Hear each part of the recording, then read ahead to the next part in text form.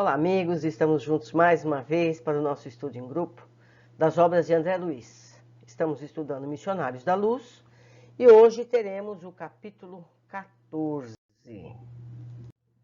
Proteção.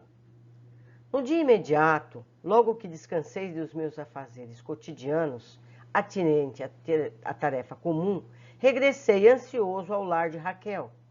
Era noite alta, encontrando ali o amigo fiel de Segismundo e os espíritos construtores, operando na intimidade afetuosa que caracteriza as reuniões das entidades superiores.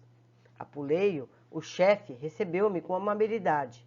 A esposa de Adelino, ao contrário da véspera, não passava bem fisicamente. Embora mantivesse o corpo em posição de repouso, estava superexcitada, inquieta. Nossa irmã Raquel, esclareceu-me o diretor, começa a sentir o esforço de adaptação. Por enquanto, e durante alguns dias, permanecerá indisposta. Todavia, a ocorrência é passageira. Não conseguirá dormir? Perguntei. Mais tarde, respondeu ele. Por agora, terá o sono reduzido até que se formem os folhetos bastrodérmicos e o serviço inicial do feto, e não podemos dispensar-lhe a cooperação ativa. Observei interessado a extraordinária movimentação celular no desenvolvimento da estrutura do novo corpo em formação e anotei o cuidado empregado pelos espíritos presentes para que o disco embrionário fosse esculturado com exatidão devida. Olha só que carinho!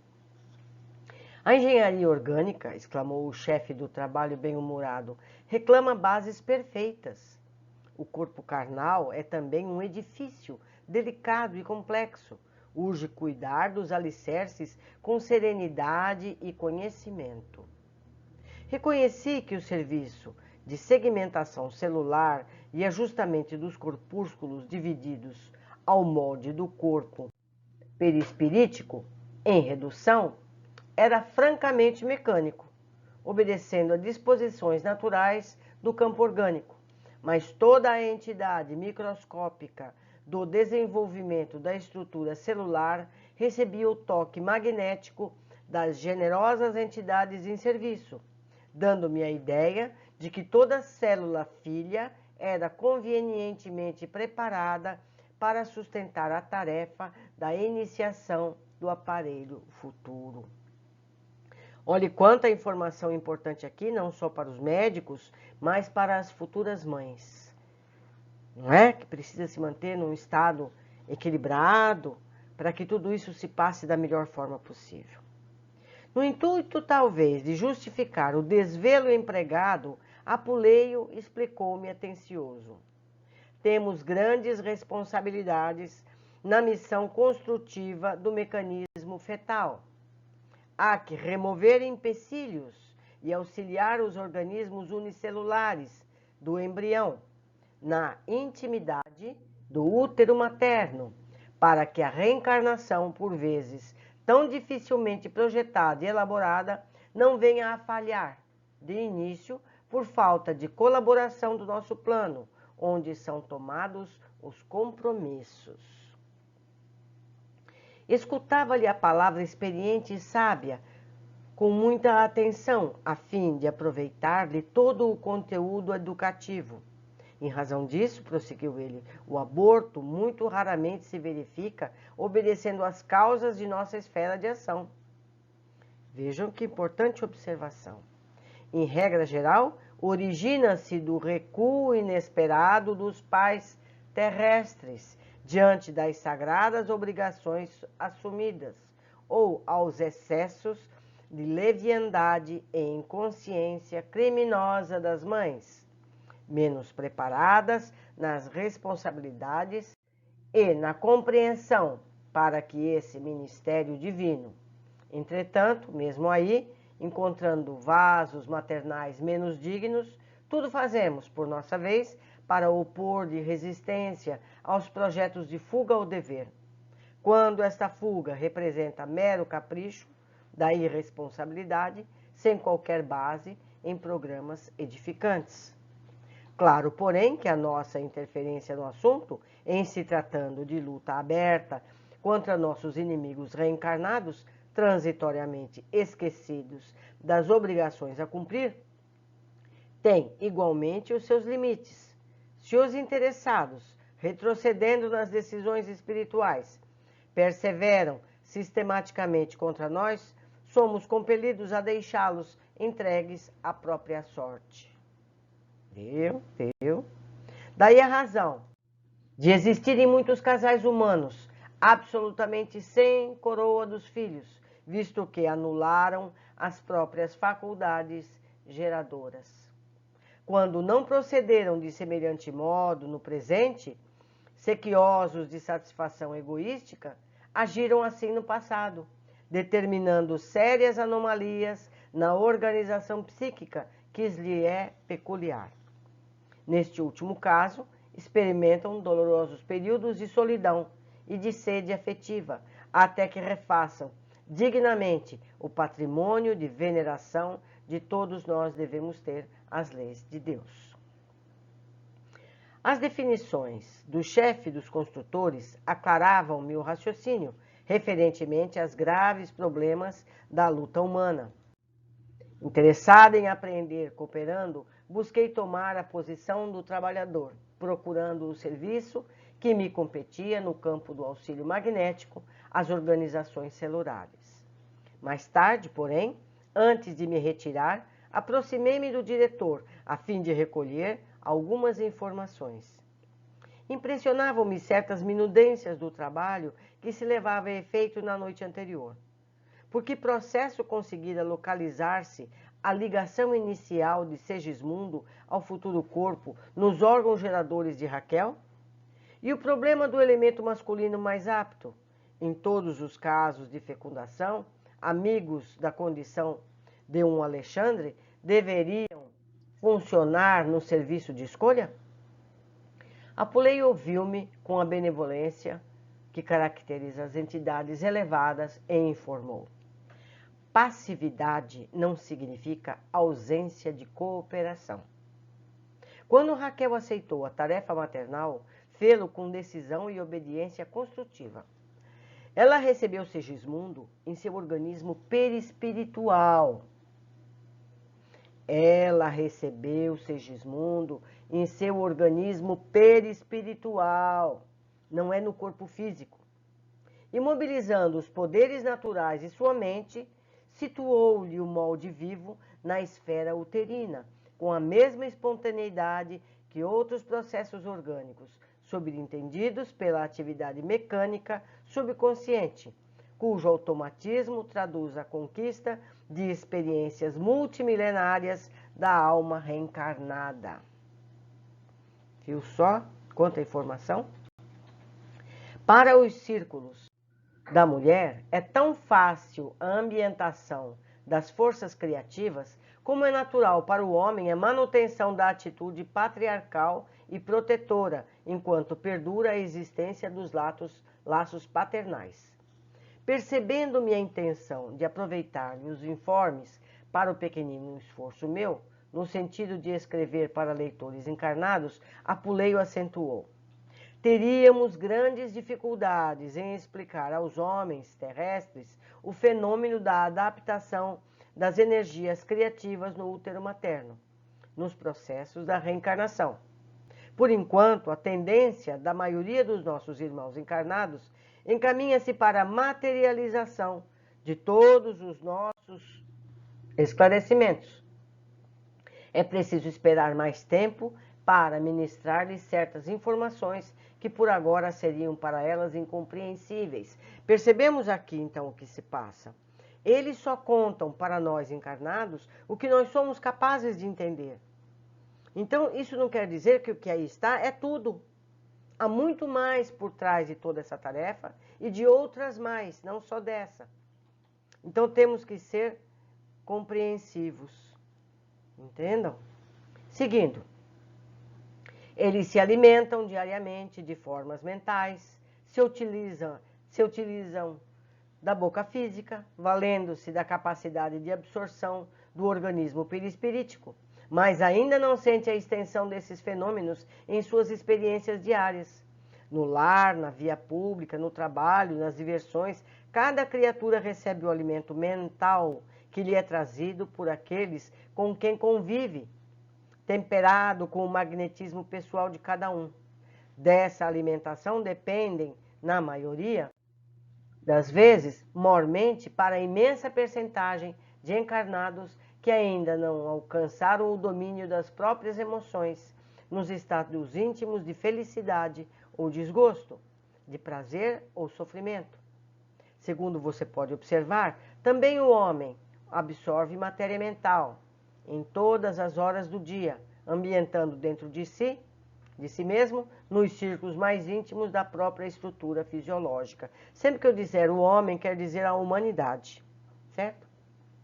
Homens e mulheres. O chefe dos construtores fixou-me bem-humorado a expressão de surpresa ao lhe receber elucidações tão simples em assunto tão complexo e acrescentou: em sua experiência última na crosta, quando envergava os fluidos carnais, nunca sentiu perturbação no fígado depois de um atrito verbal? Jamais experimentou o desequilíbrio momentâneo do coração, recebendo uma notícia angustiosa?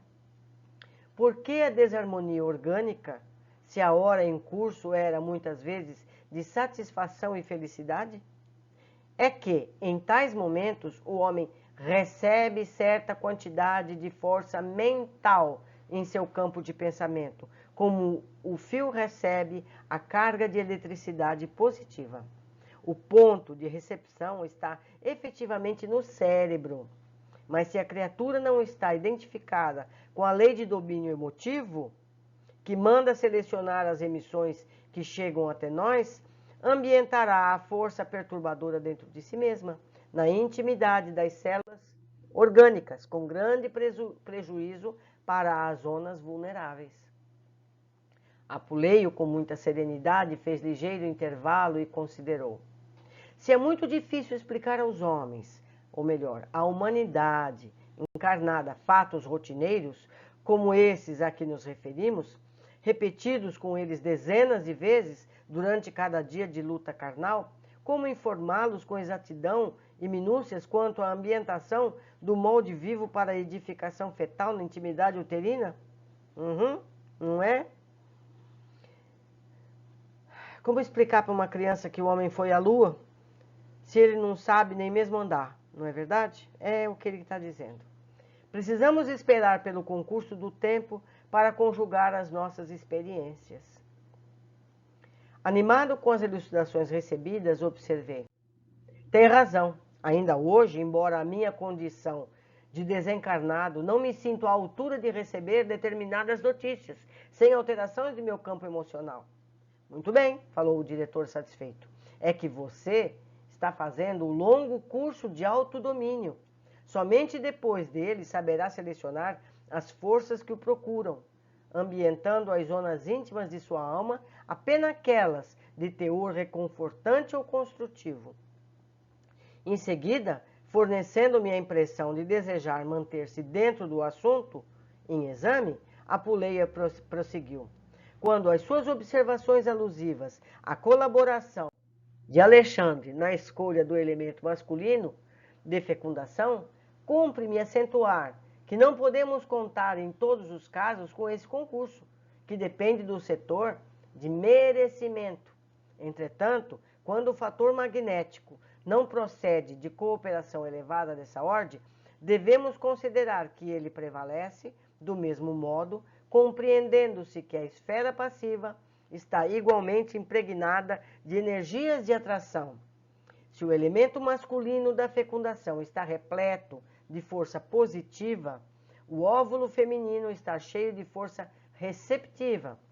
E esse óvulo está imantado de energias desequilibrantes, naturalmente exercerá especial atração sobre o elemento que se aproxime de sua natureza intrínseca. Em vista disso, meu amigo, a célula masculina que atinge o óvulo em primeiro lugar para fecundá-lo não é mais apta em sentido de superioridade, mas em sentido de sintonia magnética em todos os casos de fecundação para o mundo das formas. Essa é a lei pela qual os geneticistas do globo estão muitas vezes surpreendidos em suas observações, em face das mudanças inesperadas na estrutura de vários tipos, dentro das mesmas espécies. As células possuem também o seu individualismo magnético, algo independente no campo das manifestações vitais. Nesse ponto, o diretor sorriu, prosseguindo: se a mulher pode exercer a sua influência decisiva na escolha do companheiro, também a célula feminina, na maioria das vezes, pode exercer a sua atuação na escolha do elemento que a fecundará. Claro que nos referimos aqui a problema de ciência física, em alusão aos problemas espirituais das tarefas, missões ou provas necessárias.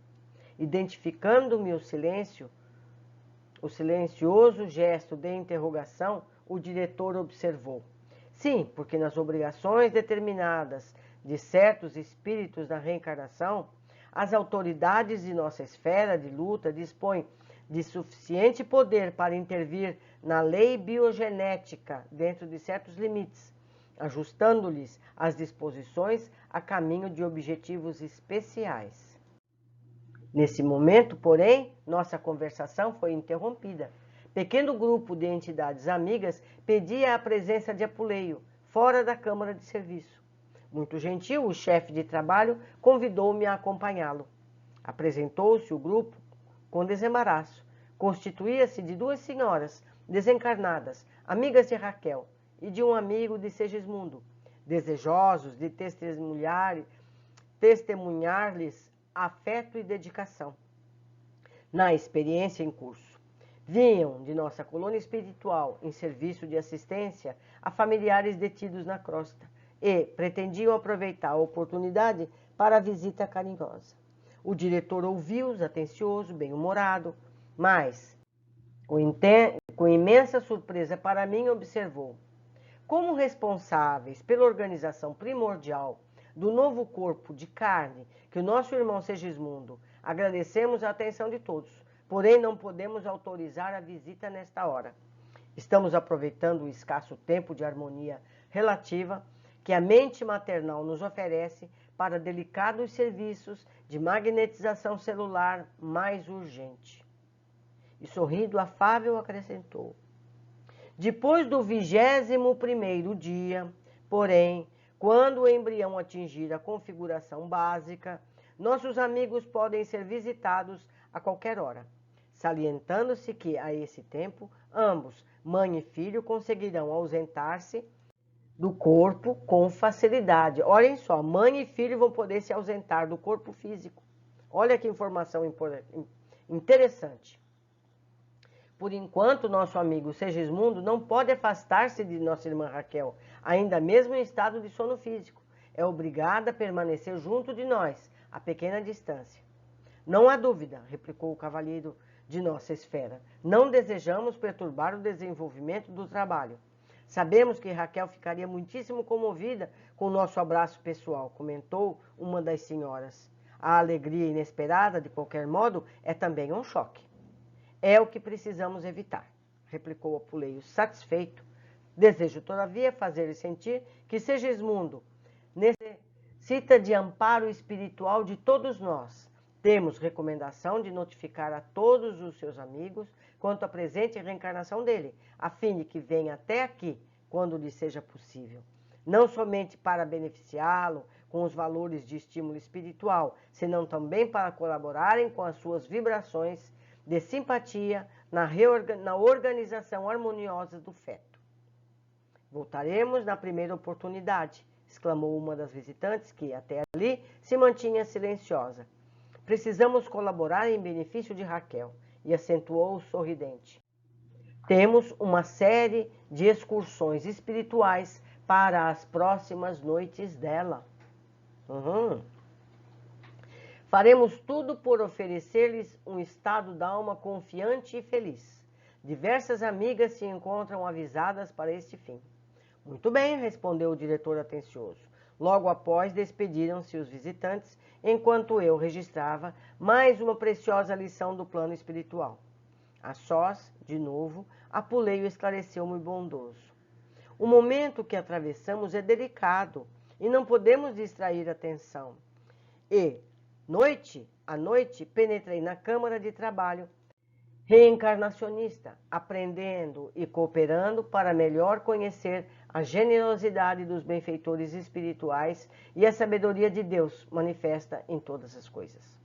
Depois da vesícula germinal, com a cooperação magnética dos construtores para cada célula, formaram-se os 3 folhetos blastodérmicos, aproveitando-se do molde que Raquel idealizara mentalmente para o futuro filhinho, que foi aplicado sobre o modelo vivo de Segismundo, em processo de nova reencarnação. Veja só, a mãe interfere inconscientemente, porque ela ainda não tem consciência que está grávida, não é? Ela não fez exame nenhum, ela não teve sinal algum que está grávida, ela apenas tem a intuição.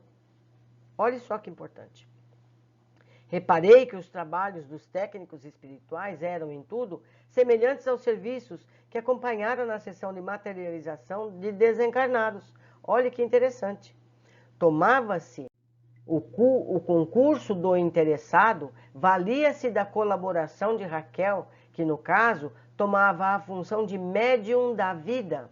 Mobilizaram-se amigos, utilizaram-se de recursos magnéticos, requerizavam de auxílio direto e positivo de Adelino, o futuro pai de Segismundo, como se requeria na sessão, o concurso do orientador mediúnico sobre as forças passivas da intermediária. O símile era completo, apenas com diferença de que, nos trabalhos de materialização dos desencarnados, gastavam-se algumas horas de preparação para o ressurgimento incompleto e transitório, ao passo que ali se gastariam 9 meses consecutivos para uma reencarnação tangível da alma, em caráter mais ou menos longo e definitivo. Então, vocês viram a comparação deles? A formação de um corpo de um bebê é similar à materialização de um espírito numa sessão de materialização. Quer dizer, a mãe doa o ectoplasma para a formação do seu filho, que trouxe o molde do plano espiritual. São informações muito importantes. Com o transcurso dos dias, formava-se o novo corpo de Segismundo, célula a célula, dentro de um plano simples e inteligente. Prosseguindo nas observações metódicas, verifiquei que o folheto blastodérmico inferior, obedecendo às disposições do modo vivo, enrolava-se, apresentando os primórdios do tubo intestinal, a passo que o folheto superior tomava o mesmo impulso de enrolamento, formando os tubos epidérmico e nervoso. O folheto médio, assumindo a feição especialíssima, dava lugar às primeiras manifestações da coluna vertebral, dos músculos e vasos diversos. O tubo intestinal, em certas regiões, começou a dilatar-se, dando origem ao estômago e às alças de várias espécies e revelando em seguida determinados movimentos de invaginação interna e externamente. Organizava, aos poucos, as estrias inferiores e superiores, constituídas das pregas vilosidades e glândulas. O túbulo cutâneo começou o serviço de estruturação complicada da pele, ao mesmo tempo em que o tubo nervoso dobrava-se paulatinamente sobre si mesmo, preparando a oficina encefálica. Enquanto isso ocorria, as substâncias do folheto médio transformavam-se de modo surpreendente, e dia a dia eram para mim cada vez mais belas as lições que recebia, observando então, porque disposições maravilhosas segmentavam-se o cordão axial em vértebras que abraçam o tubo nervoso na parte superior e o tubo intestinal na zona inferior. O serviço dos espíritos construtores, aliados à dedicação de Herculano, revelava ensinamentos sempre novos. Não seria possível descrever-lhes as minúcias de carinho na construção da nova morada carnal de Segismundo. Trabalhavam com zelo inexcedível, desenvolvendo o vasto sistema de garantia das organizações celulares. Por vezes, nos pródromos da formação dos órgãos mais importantes, detinham-se em oração, suplicando as bênçãos de Jesus. Para a tarefa iniciada, e observei que, sempre que isso acontecia, brilhantes luzes, procedentes do alto, derramavam-se através da câmara, incentivando-lhes a ação. Que maravilha! O trabalho assumia características de verdadeira revelação divina. Para fixá-lo em particularidades, seria preciso esquecer a finalidade doutrinária de nossas singelas observações, resvalando para o campo da técnica propriamente dita. Esforço descrito desse, que tem sido objeto de longas considerações dos tratadistas dos assuntos a que devem servir ao investigador de puras informações de ordem material nos setores da inteligência. Então, o André destaca aqui que o objetivo dessa obra toda é doutrinária, muito mais do que técnica. Então, ele dá alguns detalhes técnicos que aquele que for da área médica será capaz de observar, e ao nosso campo de leigo nessa área nos fica a doutrina, certo? Que a oração facilita a ação técnica dessas pessoas que estão dedicadas a essa encarnação. A primeira célula da fecundação estava transformada num verdadeiro mundo de organização ativa e sábia. O embrião revelava-se notavelmente desenvolvido. A parte anterior, o tubo intestinal, dava origem ao esôfago, enquanto que o intestino, com as suas disposições complexas, situava-se na região posterior. Internamente, fizera-se nele perfeito serviço de pregueamento, salientando-se que na zona interior se formavam pregas e vilosidades, e na parte exterior se organizavam saliências que, por sua vez, pouco a pouco se converteriam em glândulas diversas. Prosseguia célere a formação dos vários departamentos cerebrais, a preparação das glândulas sudoríparas e sebáceas, os órgãos autônomos, os vasos sanguíneos, os músculos e ossos. No 20º dia de serviço, vocês estão observando aqui? Tudo que ele está narrando ainda não chegou no 20º dia de serviço. E o bebê já está praticamente com tudo organizado. É um bebê.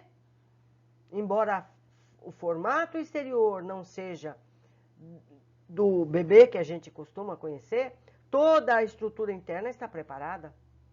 Ela nem sabe que está grávida, porque no 20º dia, na década de 30, ninguém podia saber que estava grávida. Hoje é mais fácil, mas naquele tempo não. Seguindo, no 20º dia de serviço, Apuleio mostrava-se muito satisfeito. Informou-me de que o trabalho básico estava pronto. Alguns cooperadores poderiam mesmo afastar-se.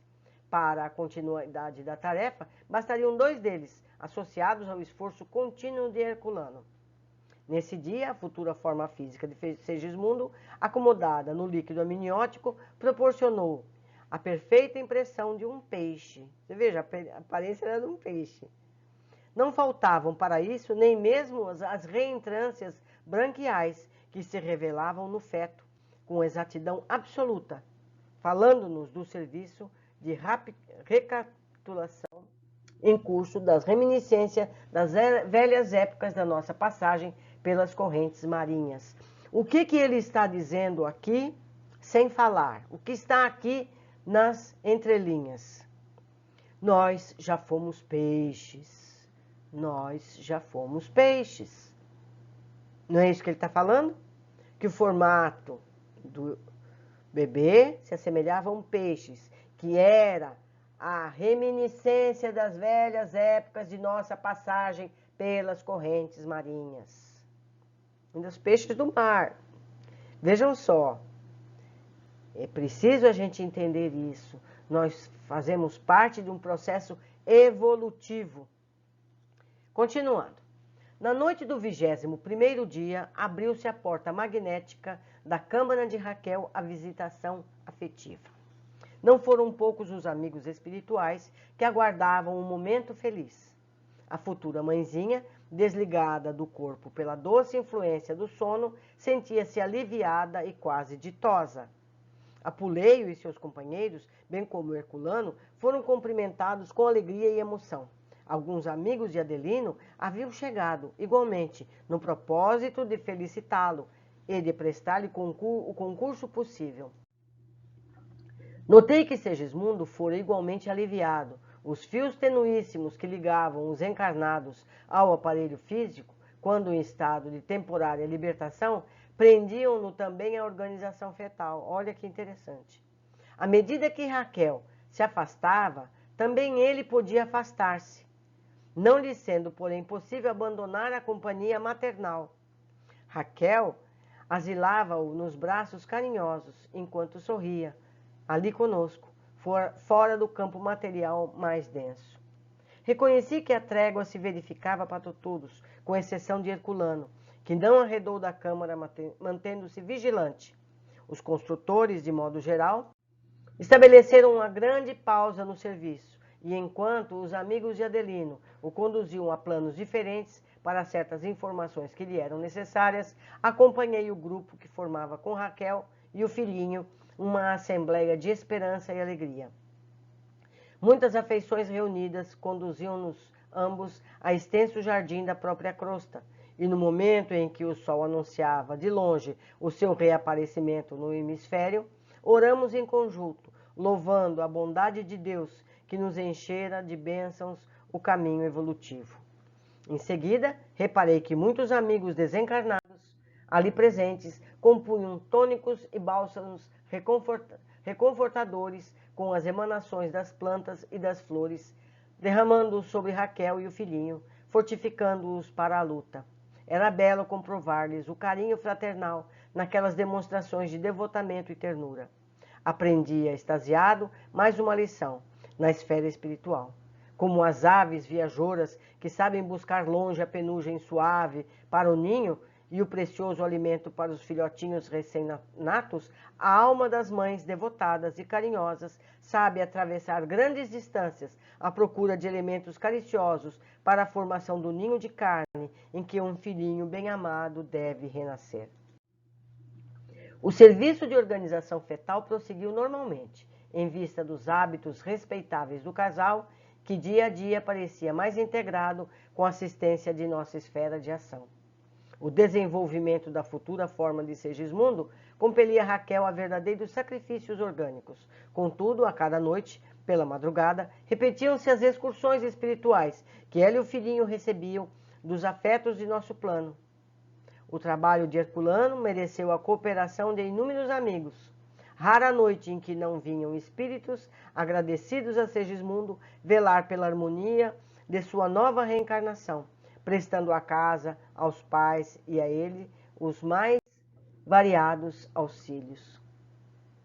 Terminado o período de minhas observações fundamentais, também eu não voltei ao lar de Adelino com a mesma assiduidade, não obstante continuar interessado no trabalho em processo.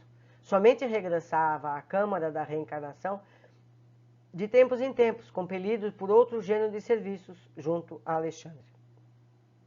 Mas, na véspera do nascimento da nova forma física de Segismundo, lá compareci, em companhia do meu venerável orientador, que fazia questão de cooperar para o fortalecimento maternal no momento culminante. Olha só que interessante. Depois de prolongados esforços em que senti, mais uma vez, a sublime glorificação da esposa-mãe, Segismundo renascia. Assombrado com a vigorosa assistência espiritual que a nossa esfera dispensava ao assunto, ouvi Alexandre falar comovido. Está pronto o serviço de reencarnação inicial, o trabalho completo, com plena integração de nosso amigo nos elementos físicos. Somente se verificará aos 7 anos. Certo? Mais uma vez, eu vou repetir esse parágrafo. Está pronto o serviço de reencarnação inicial. O trabalho completo, com plena integração de nosso amigo nos elementos físicos, somente se verificará de agora a 7 anos. Então, a criança só está completamente encarnada aos 7 anos.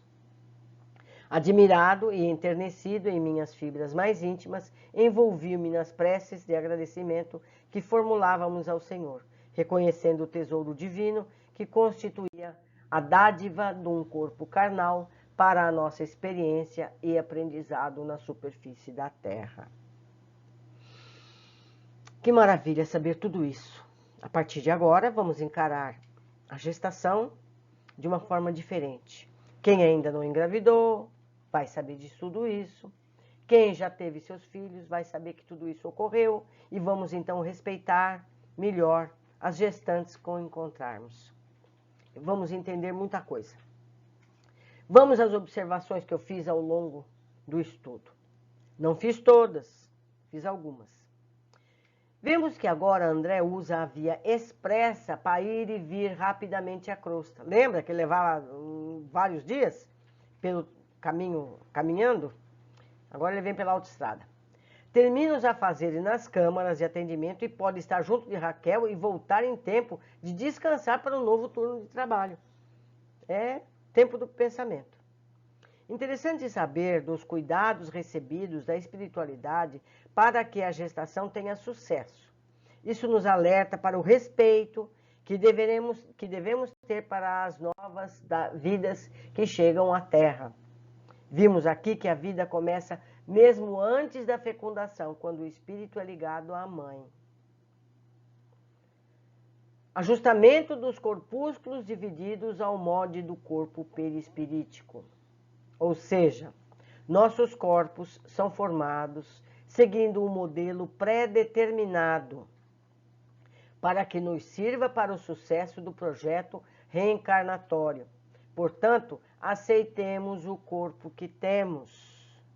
Seja ele sadio, seja ele perfeito ou não, é o corpo que precisamos ter. Vamos tirar o máximo proveito dele, certo? Para não precisar repeti-lo. Seguindo, vimos que os casos de abortos espontâneos são raros. De modo geral, são consequência de recuo de compromissos assumidos, seja pelos pais ou pelo que nasce. Há casos, seja de aborto ou de não concepção, abortos ou não concepção, que têm as razões no passado. Não cabe aqui detalhar, pois os motivos podem ser muitos e variados, ao infinito. As variantes são infinitas. Então, além de não caber aqui um detalhamento, não cabe a nenhum de nós julgar situações que vamos encontrar entre as pessoas que a gente esbarra no dia a dia. Então, se uma pessoa perdeu o seu bebê, a gente há de entender, mas não nos cabe julgar a razão. Assim como casais impossibilitados de ter filhos. Não cabe a nós detalhar, porque as razões são imensas. Seguindo, Apuleio explica a André o processo, conexão do perispírito do reencarnante ao perispírito que será a mãe.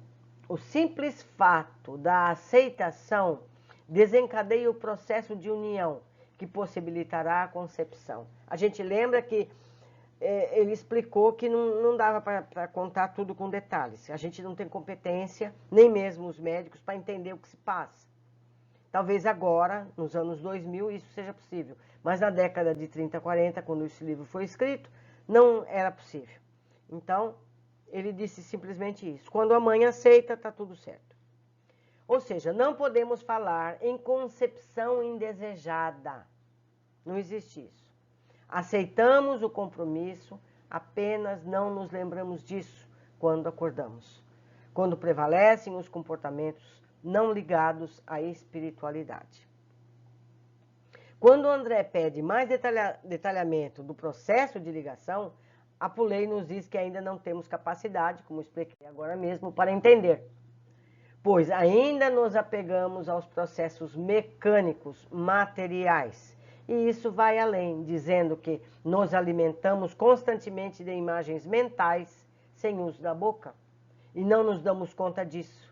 Não é verdade? Como ele explicou bem durante o capítulo?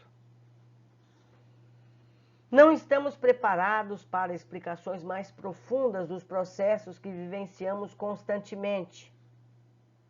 O homem completo aqui, a humanidade absorve matéria mental em todas as horas do dia, ambientando-a dentro de si mesmo, nos círculos mais íntimos da própria estrutura fisiológica. Seguindo. Apuleio detalha, questionando André sobre as sensações físicas que todos temos quando recebemos uma contrariedade. Não é verdade? A gente não sente fisicamente? Quando você fica triste, quando você fica bravo, quando você fica desgostoso, a gente sente fisicamente. Ambientará a força perturbadora dentro de si mesma, na intimidade das células orgânicas, com grande prejuízo para as zonas vulneráveis. Então, quando a pessoa tem seguidamente desgostos, a tendência é que ela desenvolva um problema cardíaco, o que quer que seja. Não é verdade? Seguindo. Respondendo ainda às questões de André, no que se refere a Alexandre ter escolhido o espermatozoide adequado à concepção de Segismundo, Apuleia responde que isso foi possível pelo merecimento de Segismundo. Mas quando não existe merecimento, o que prevalece é a força magnética dos elementos gerados pelos pais.